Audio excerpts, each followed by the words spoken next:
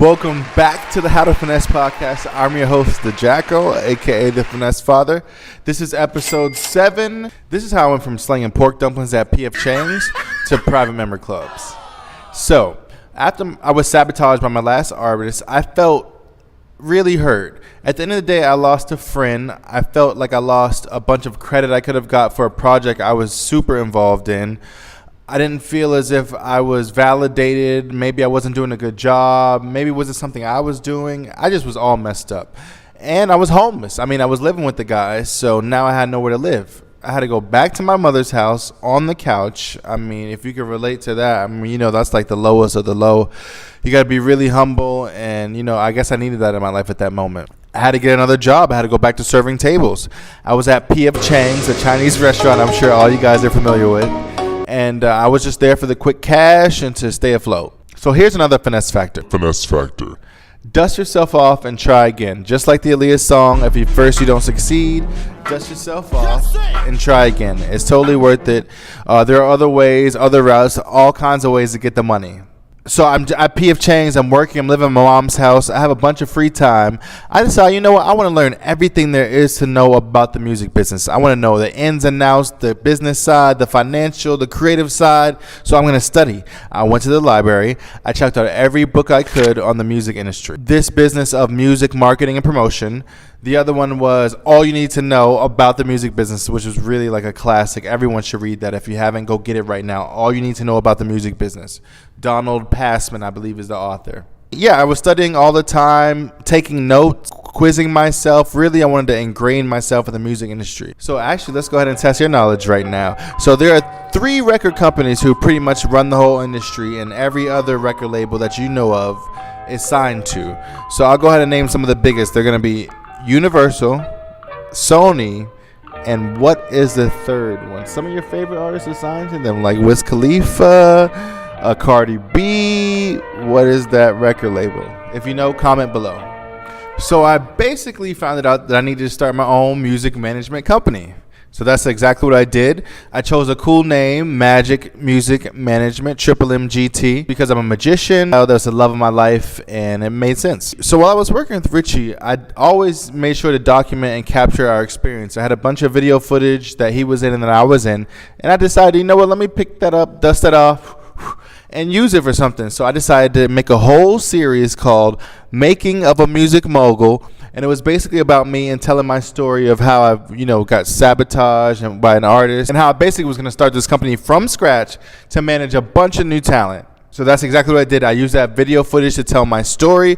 I casted a bunch of people. I'm talking about dancers, models, rappers, singers, producers, DJs, video editors, video producers, videographers. All the creatives I needed to create this project basically worked with me, and it was amazing. And I'm so grateful for that. I even had restaurants and venues sponsoring me, allowing me to shoot at their space for free, and also giving me food on camera to promote for free and free drinks. And I was just like, whoa, this is amazing. This is definitely the life I want to be in. Another finesse factor. Passion and drive can make up for no money. At that time, I had 0 budget, so everybody that was working with me was working with for free. So from reading my books, I started to find out that I needed to have a website, I needed a logo, I needed to have a brand. So that's exactly what I did. I created my website, I created my logo all from scratch, and I got my social media going because I needed to have a presence and a buzz, because nowadays social media is marketing. So at first, I was working with a bunch of younger talent, enthusiastic people who were really creative, a bunch of potential, not really as much funds to propel and fund their career. So it's a little frustrating for me because it's like, I want to make this a full-time, real job, but ain't nobody really got no money out here. I'm still working at P.F. Chang's, and I'm going to actually take a moment here to give an authentic side of myself that I felt like a fraud. I was working at P.F. Chang's, and I was still trying to slide my way into the industry, but it didn't make sense. My lives weren't matching up. I wasn't successful in my career, but still I was trying to pursue something, and I didn't feel accepted. I felt like a fraud at the end of the day. I was serving tables, but I'm still trying to manage artists. Like, what are you doing? So for anybody out there that's working a 9 to 5 or a normal job, quit right now. No, I'm serious. Quit right now and go pursue your passion. You only have one life to live, I think, or maybe you have more. But just go do your thing. I'm working at P.F. Chang's. I feel like a fraud. Someone recognized my work, and I actually got referred an artist with a budget from a family friend, and we started to work together. He was a hip-hop artist. He had a bunch of content, videos, music, and a budget. And I actually got my first deal. I was to do exactly what I did for myself, his website, his logo, and a photo shoot. $500 a month for 3 months. And this was my first paid gig ever in the music industry. And I was like, wow, this takes me about 2 weeks, a week at least, to make this much. So now it's starting to make sense. I feel validated, and I feel like I can do it. I can live off of this. I ended up doing such a good job with the artist that he was like, hey, you know what? Let's do some management. I agreed. I thought it was a great fit. He definitely had the talent, the drive, and the budget to take him to the next level. So I said, let's do it. Here's another finesse factor. The finesse factor. Protect yourself legally. As you can tell from my last situation, I had an agreement, but it wasn't really 100% solid. This time, I was going to make sure I went to an attorney for sure. So that's exactly what I did. I researched some of the best entertainment attorneys in Atlanta, and a few popped up, but nobody really stuck out. So I just kept doing my research. I'm serving tables one day at P.F. Chang's, and I see a nice black couple come in, nicely dressed. The gentleman's got on a sharp suit. The woman's got on some nice pearls, looking real professional. So I served them. They were really cool. And something about them told me, like, you know what? My instinct said, you should probably ask them if they know an entertainment attorney. Here's another finesse factor. The finesse factor. Follow your instinct to a T. I mean, I can't express that or stress that anymore. Had I not approach this couple and ask for some advice, my whole life would be different, completely different. Follow your instinct to a T. So that's exactly what I did. I went over to the lady. I said, hey, I hope I'm not a bother, but do you guys happen to know any good entertainment attorneys here in Atlanta? I have some contracts I need to be drafted up. And then the lady looks at me, and then she looks at her friend, and she's like, are you serious? This is the entertainment attorney. They say, hey, how you doing? I'm James Walker with Walker & Walker Associates. I introduce myself. He gives me his card. I say, oh, great. I have some paperwork that I need to be drafted up, some management agreements. Hopefully you can help me out. He says, yeah, no problem. I'll email you my information, and I'll send you a copy of my book. So apparently this guy was so big he wrote a book. So I looked him up, and he actually had a book. It's called This Business of Urban Music. And you won't believe this. This is how the universe works. His publishing company was the same company that published the book that I began reading, This Business of Music Marketing and Promotion. And I was just floored, flabbergasted, and wowed at that point. It was like a 360, and it all made sense. So I follow up with him via email, and I ask him, how much are you going to charge me to draft this contract, this management agreement? And he goes, good lawyers normally charge by the hour. I think like $300 an hour. It would take me about 5 hours to review this, so I'm thinking of $1,500.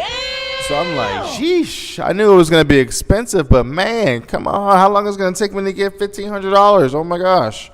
So immediately, here's another finesse factor. The finesse factor. Everything is negotiable. I mean, everything. I say, thanks for considering me. Can we do $750? And he goes, let's meet halfway. Can we do $1,000? And I go, deal, done. So immediately, I just knocked off $500 off the price, saved myself a major amount of money.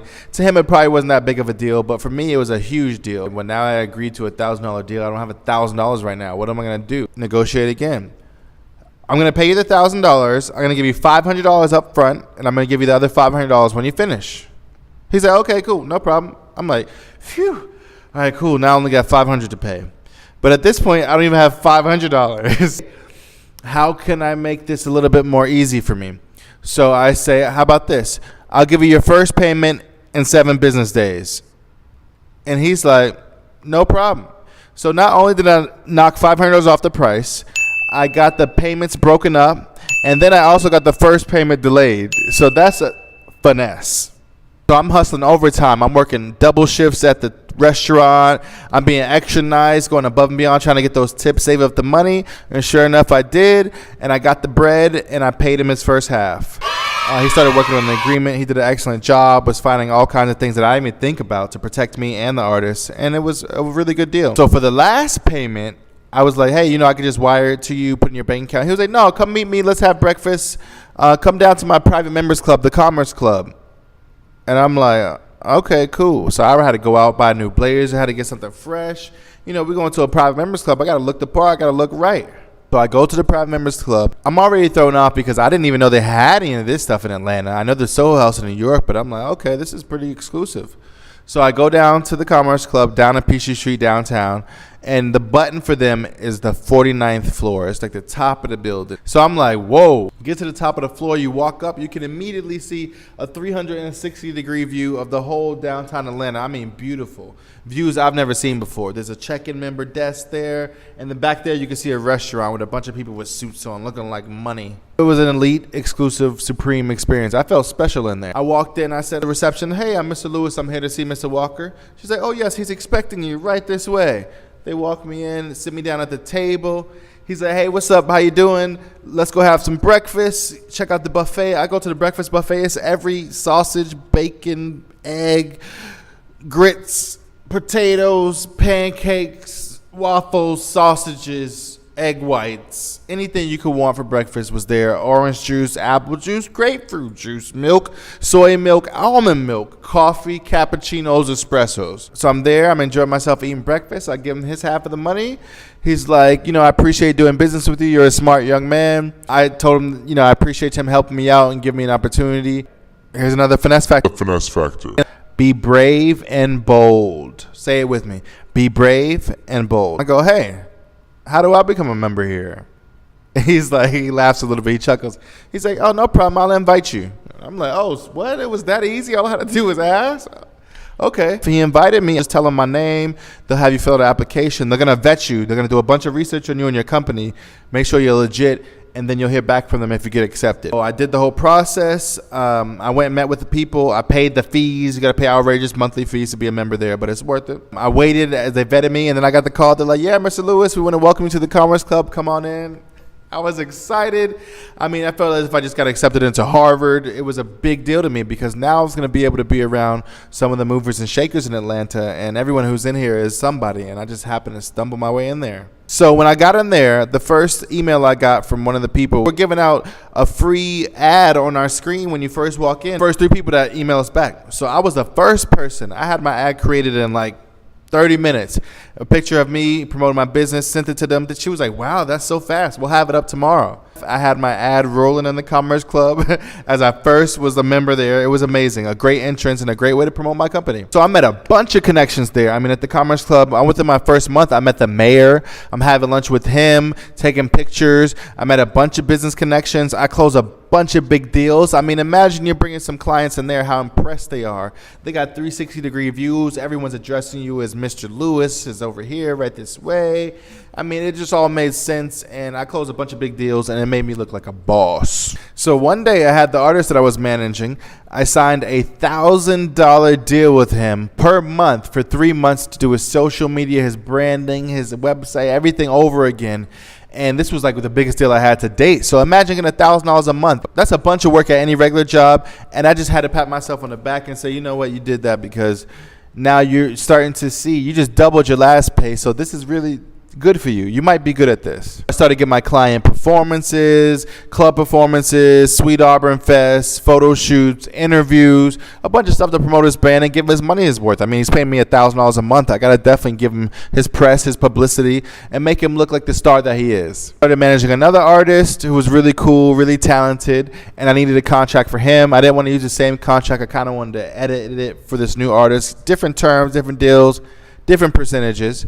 So I was reaching out to my attorney, and he wouldn't get back to me as quickly as I would like him to. Apparently, it's a known fact. Lawyers rarely ever want to get back to you, especially if they call you. You gotta normally get billable hours. So that's something that I had to find out the hard way.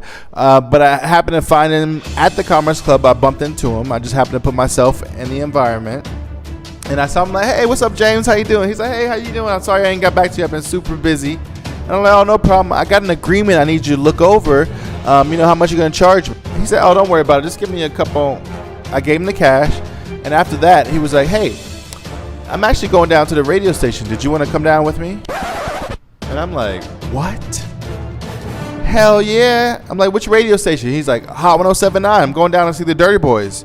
I'm like, yo, this is like the hugest hip-hop personalities in Atlanta. Like, they make and break talent. This is going to be amazing for my company. I go downstairs with him. I hop in his silver big boy Benz. I had to get exclusive access to get into the building. I went up to the floor. I'm nervous. I'm like, oh crap, I don't know what's going on. I get off the elevator. There's a bunch of pictures of Beyonce and Ludacris and I'm just overwhelmed. And I'm about to walk into the office door. And next week, you're going to find out what happened at the radio station. How I went from managing one of the Dirty Boys in Atlanta. And also, I ended up managing a nationally syndicated radio and TV personally. You'll find out who it is next week.